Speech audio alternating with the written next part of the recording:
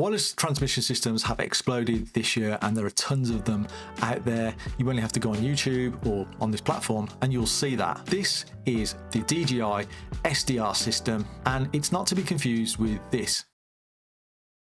The transmission system is DJI's budget version of their Pro line of wireless transmission systems, and it's based on their OcuSync technology, which is prominent in their drones. And if you've used their drones, you know that it has incredible range and image quality. But with the OcuSync, there comes one downfall, and it's usually with the latency. But we're going to talk a little bit about that shortly. Having owned a Teradek system for quite a while now, it doesn't always perform super well. So I was looking for a kind of cheaper option just to use for my director's monitor setup. So when I'm on set, I don't have to have people leaning over me looking at my camera screen. Now here is the DJI setup with my red Komodo. I run it off the back of my small HD monitor for a super lightweight setup, or I can use the transmitters alone for a compact setup. Having given these a run out on various productions lately, I've been pretty impressed by how they are working. The RX-TX kit I picked up from DJI for £510, but you can just pick up the transmitter for £250, but this will only give you the Wi-Fi option. This is just going to reduce the range you're going to get, whereas if you've got the transmitter and receiver, that's going to be working on the OcuSync technology and going to give you a better range. But we're going to talk about range now. Actually, one more thing. As always per DJI, you need to go and activate and update the units before you can even use them. So plug it into your computer, get that done, then you're good to go. So just done that, let's go. I've got the 70-200 lens here, got the receiver on top, and we're looking over the road, which is, and we're going to walk down the road and see if we've still got reception. I've also got this yellow hat on so you can see me from over the road. Let's give it a go. I'm gonna go in the lift. Pretty impressive. I've gone for about 5 walls. Yeah, this is crazy. I'm in the lift and I still have reception, which if you know lifts, you never keep reception. The range on this thing is mad. Right, we are over the other side of the road and as you can see, I have reception. And the building is just in that corner over there, so we are quite far away. The weirdest thing is, the latency on this thing is absolutely crazy.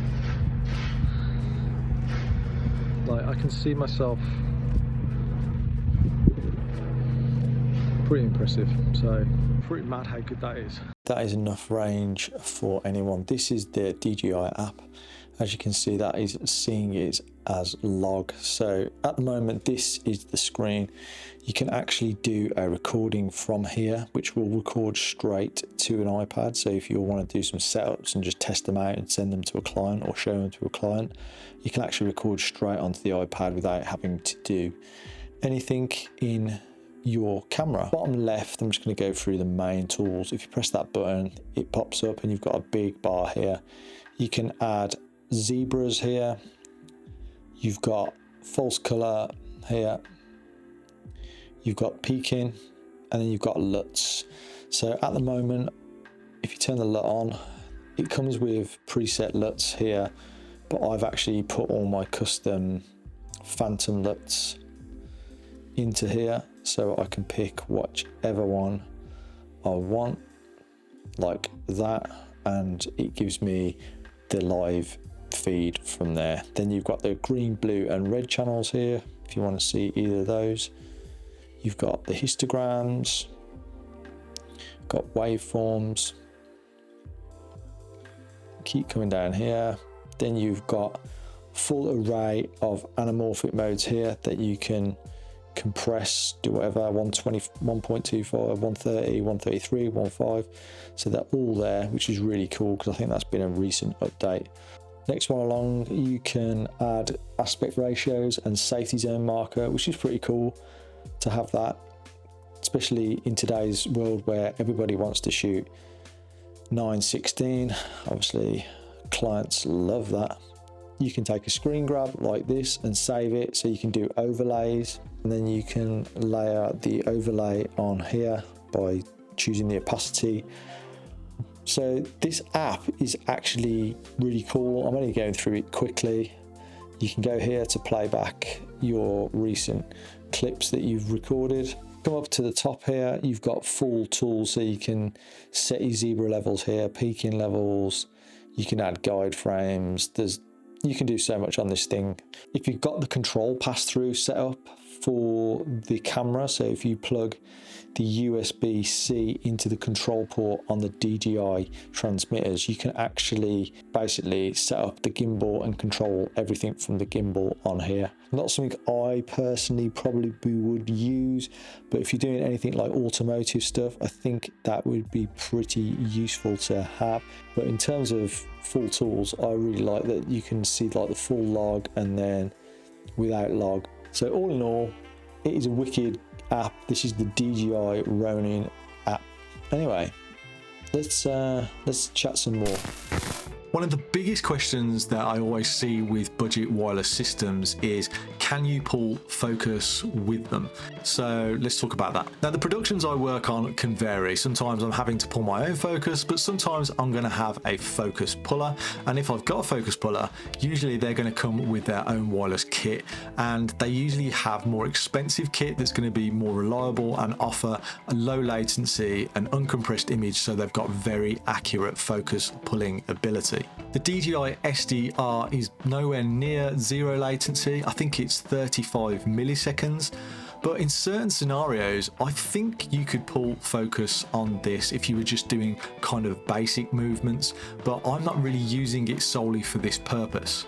And you're going to get the best kind of latency and speed from these transmission systems if you are using it with an SDI camera. That's going to give you better speed than if you are using HDMI cables between your monitor and the transmitter. Also limiting the amount of people who are connected to the transmitter, say via the Wi-Fi, just get that reduced. Just have one monitor that everybody can look at, and that is going to increase the latency effect with these.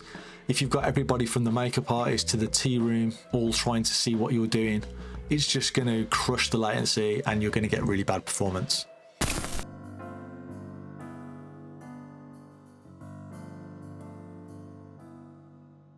So these are the two transmitters that you get in the kit. This is the transmitter and this is the receiver. The transmitter is blue and a black color, and the receiver is red with a grey color. Now they're both the same kind of setups on both unit. So you've got these flip out aerials which just flick out as such, so it's really compact, and they both weigh 145 grams and they're both made of this plastic material. Now on the side here you've got a HDMI and SDI connection, which is really cool because you don't get that on many budget transmitter setups. Now on this side you've got the on off switch here. You've got this button here, which if you long press this on each unit, it will link the units together. But if you do a short press, it will lock the touchscreen on top. You've got two USB ports here. One is power and the other one is to send control out to a camera if you've got that.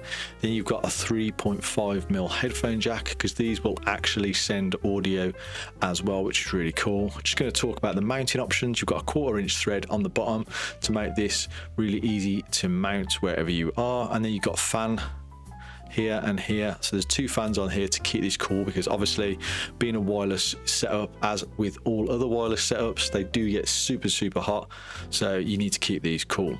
Now I'm just going to put a little bit of a power on this so you can see the touch screen. So when you power them on, you're going to get this screen here, which is DJI. You can probably hear the fan there, and it takes a little second to boot into its mode. So then you get this screen. Obviously I'm not sending, but this will give you the signal strength. But just to show you the actual touch screen on this, you can go to set the channels on there. You can pull it down and you can go through what device number this is. There's touchscreen here, so if you swipe that way, you get the QR code here, which gives you a password and device name. So if your mobile phone, you scan that, and then you'll be able to link to your mobile phone if you want to use it with the wireless option. So on this one, you've got the same thing again. So you've got you've got a connection mode, you've got low latency mode, so you can put that into low latency. You've got audio volume for transmitting the audio. Then we've got brightness of this screen.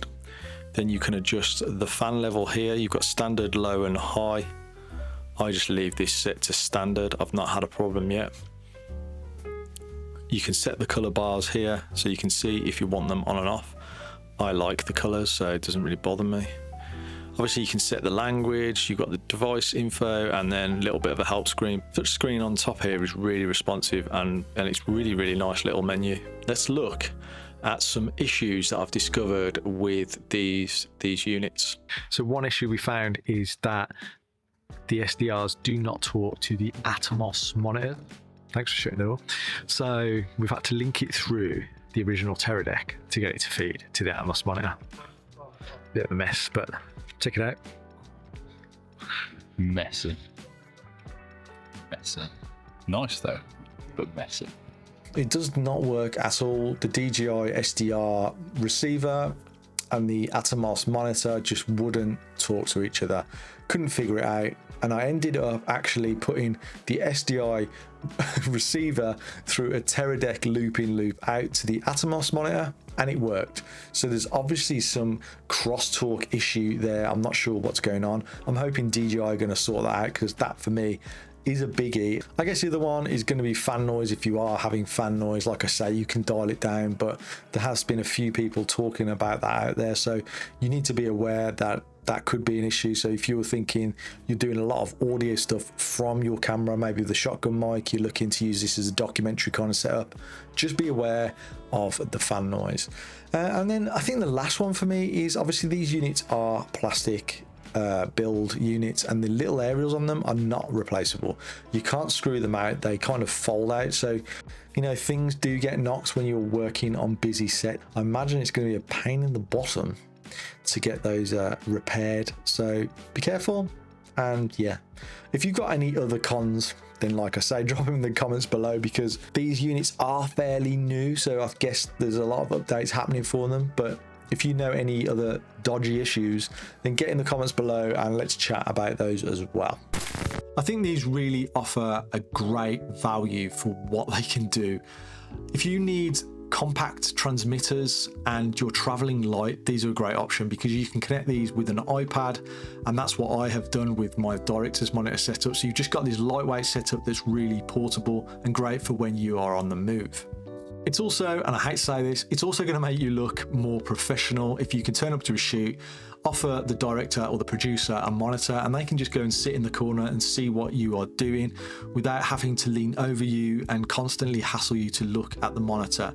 It's just going to offer that professional look on set. And even if you are running a second camera, you could actually put the wireless system on the second camera, and then you can monitor, and if you've got the USB controlling ability on that camera, you'll be able to control it from your other camera, so you can easily monitor two cameras. And I also think it's really useful to have a wireless transmission kit in your setup these days. They are becoming very cheap, and this is a great example of like a really good performing one for a really good cost. You're going to be able to monitor your setups for if you're working on professional sets, or if you're doing YouTube and you just want to see how you look on a decent screen, if you've got a monitor over the other side, which is what I use it for as well, using it right now. Now I hope this video is going to help you guys if you have been looking at wireless transmission kits, or maybe you've been thinking about getting the DJI SDR kit but you haven't really seen what you can get out of it. Hope this is going to help you. If I haven't answered any of your questions, then get them in the comments below, drop me a message, and I'll try and help you and get the answers back to you as soon as possible. But I appreciate you guys tuning in for another video, and I'll see you soon. Take it easy.